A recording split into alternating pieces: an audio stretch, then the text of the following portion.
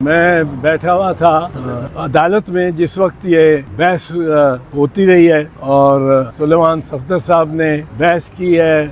عمران خان صاحب کی طرف سے، اور میں یہ سمجھتا ہوں کہ جو مجھے تو نظر آیا، پہلے بھی میں نے سوچ رہا تھا، اسی اوپینین کا ہوں، اسی رائے کا، کہ یہ کیس جو ہے سائفر کا، یہ تو سرے سے بنتا ہی نہیں ہے۔ آج اور زیادہ اس میں مجھے یقین ہو گیا، اور اس کو اتنے کھینچنے کی جو کوشش پروسیکیوشن کر رہی ہے وہ اسی وجہ سے ہے کہ سرے سے کیس بنتا ہی نہیں۔ امریکہ نے کہا کہ عمران خان کو ہٹا دو، یہ مسلمان کی یہ سائبر کو تسلیم کیا ہے ہماری نیشنل سیکیورٹی کمیٹی نے۔ اب ڈونلڈ بلو یا امریکہ کہتا ہے کہ آپ عمران خان کو ہٹا دو، ہم کیا کرتے ہیں؟ مہاراج ہم نے صرف اس کو ہٹایا ہی نہیں، آپ نے کہا تھا ہٹا دو، ہم نے صرف ہٹایا ہی نہیں، ہم نے اس کو پنجرے میں بند کیا ہوا ہے اور اس پہ کیمرے لگائے ہوئے ہیں، آپ کو بھی دکھا سکتے ہیں۔ اب یہ ہم اپنی جگ ہسائی کیوں کرانا چاہ رہے ہیں؟ اتنے ہم نیچے لگے ہوئے ہیں ایک سپر طاقت کے، اور خاص کر جس وقت وہ نتائج اس کے کیا نکلتے ہیں، اور وہ ایک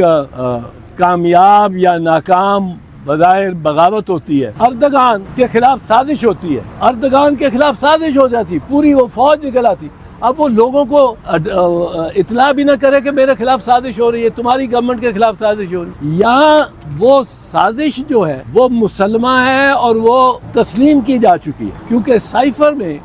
جس میں یہ کہا گیا ہے، اسد مجید امبیسڈر کو یہ ڈونلڈ لو کہتا ہے کہ آپ اگر تو کل عمران خان کو ہٹا دیتے ہیں، کل ووٹ آف نو کانفیڈنس ہو رہا ہے، تو ہم آپ کو بخش دیں گے، ورنہ پھر ہم سے برا کوئی نہیں ہوگا۔ اب یہ اس کے بعد یہ ظاہر ہوتا ہے کہ باجوہ صاحب، جنرل باجوہ صاحب نے ٹیک اوور کر لیا اور فیصلہ کر لیا کہ کل ہی ہوگا یہ vote of no confidence. Bajwa صاحب وہاں ہم سوچتے رہے کہ یہ جج کس طرح 12 بجے اٹھ کے رات پہنچ گئے وہاں سپریم کورٹ لگانے، 12 بجے اٹھ گئے۔ باجوہ صاحب نے کہا کہ آؤ اور اس کو سوری کی جو فیصلہ ہے اس کو ختم کرو، کالعدم کرا دو۔ باجوہ صاحب کی وجہ سے وہاں پریزنرز وین بھی پہنچی۔ کوئی سوچ سکتا تھا پریزنر وین پہنچے؟ کوئی سوچ سکتا تھا کہ جج پہنچے؟ جج کیوں پہنچے؟ کیونکہ وہ شہباز شریف کے کہنے پہ یا عمران خان کے کہنے پہ تو نہیں جا سکتے تھے، تو باجوہ صاحب نے یہ ٹیک اوور کیا کہ آج کے دن ہی، کیونکہ ڈونلڈ بلو نے کہا ہے آج یہ کل آپ کو جو ووٹ آف نو کانفیڈنس ہے اس میں اس کو فارغ کرو، تو وہ فارغ کرنے کا یہ اس کی بیک گراؤنڈ تھی۔ اور اس میں اگر ایک سازش، اب جیسے میں نے کہا وہ سائفر مسلمہ ہے، وہ نیشنل سیکیورٹی کمیٹی نے تسلیم کیا ہے کہ یہ سائبر مسلمہ ہے، اور احتجاج کرو امریکنوں سے کہ آپ یہ کیوں کہ مداخلت کر رہے ہیں۔ اس کمیٹی نے بھی، جس کی صدارت شہباز شریف کر رہا تھا، اس نیشنل سیکیورٹی کمیٹی نے بھی کہا کہ احتجاج ہونا چاہیے۔ اور یعنی جو سائفر میں کہا گیا تھا، رپورٹ کیا تھا اسد مجید نے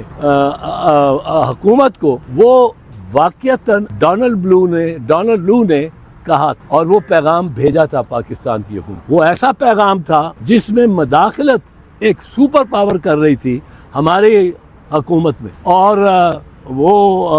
کہ اس کو ہٹاؤ۔ اب جب یہ ایک سپر پاور اس قسم کا پیغام دیتی ہے اور پرائم منسٹر کو پتہ لگتا ہے، تو پرائم منسٹر کا یہ فرض ہے، میں کہتا ہوں، کہ وہ قوم کو اعتماد میں لے۔ ایسی بڑی سازش اور قوم کو اعتماد میں نہ لیا جائے، یہ ممکن نہیں، یہ ٹھیک نہیں ہے۔ نواز شریف دیکھیں کئی مرتبہ کہہ چکا ہے کہ مجھے بل کلنٹن کا فون آیا، یہ تو اسد مجید سے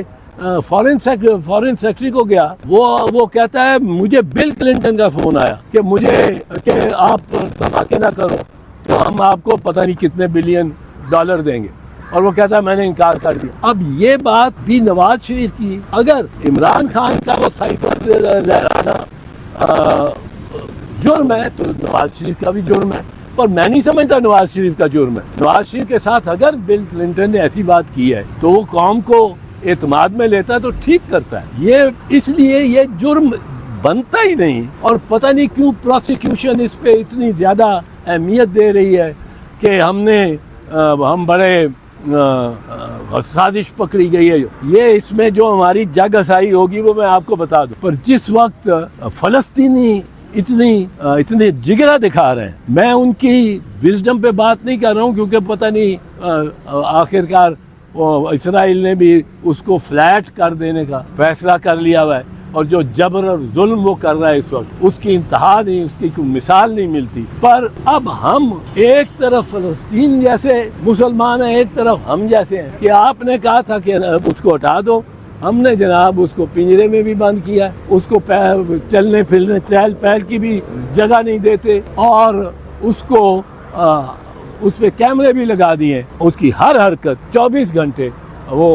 آپ کے سامنے ہم پیش کر۔ کیسا بتائیے گا کہ یہ جو سائفر ہے، پی ڈی ایم کہتی تھی کہ جعلی کاغذ کا ٹکڑا ہے اور چھپایا، اب سائفر جو ہے وہ ثابت ہو گیا ہے کہ یہ سائفر ہے، تو اس میں جن لوگ یہ شامل تھے کیا ان کے خلاف غداری کا مقدمہ نہیں چلنا چاہیے؟ نہیں، پہلی تو بات یہ ہے کہ جہاں تک سائفر ہے اس کو جب یہ ریکگنائز کر لیا تو پھر یہ عمران خان کے خلاف کوئی جرم نہیں بنتا۔ میں اس کو بتاتا ہوں ایک دفعہ، اور یہ اوتھ دیکھ لیں، یہ واحد اتھارٹی ہے سب سے اعلیٰ وزیر اعظم کے پاس۔ اگر وزراء نے بھی اگر کوئی بیان بتانا ہے تو وزیر اعظم ان کے حلف میں لکھا ہے کہ وزیر اعظم کی اجازت سے کریں، تو وزیر اعظم واحد وہ اتھارٹی ہے جو اس کو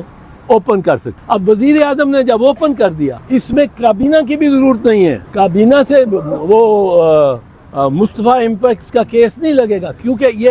میں اگر وزیر اعظم ہوں، میرے پاس وہ آیا خفیہ دستاویز، میں شاید ساری کابینہ سے، اور وہ ہے ہی سینسٹیو، میں نہیں شیئر کرنا چاہتا، میں 4-5 وزیروں کے ساتھ شیئر کرنا چاہتا، تو اس میں کابینہ بھی نہیں آ سکتی، مصطفیٰ امپیکس کا کیس نہیں لگتا۔ یہ واحد پرائم منسٹر کا اختیار ہے، اور پرائم منسٹر نے ایک دفعہ اس کو اوپن کر دیا تو بھلے اس کی کوئی کاپی گمی نہیں گمی، بھلے اس کی کسی اخبار نے،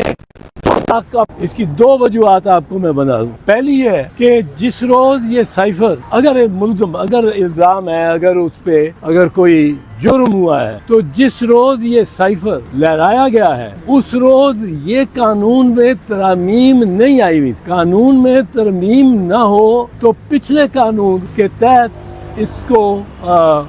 پرکھا جا سکتا، اس میں ریٹینشن آف دی سائفر یہ جرم ہی نہیں ہے، اس سے پہلے یہ جرم ایڈ کیا گیا ہے اگست 2023۔ اب جب کوئی جرم ہو یا جب کوئی آدمی، کوئی شخص کوئی کام کرے، کوئی قید و واردات کرے یا کوئی بھی عمل کرے، اور اس روز وہ عمل قابل دستاندازی پولیس بھی نہ ہو، قابل دستاندازی قانون بھی نہ ہو، وہ اس روز وہ ایک معصوم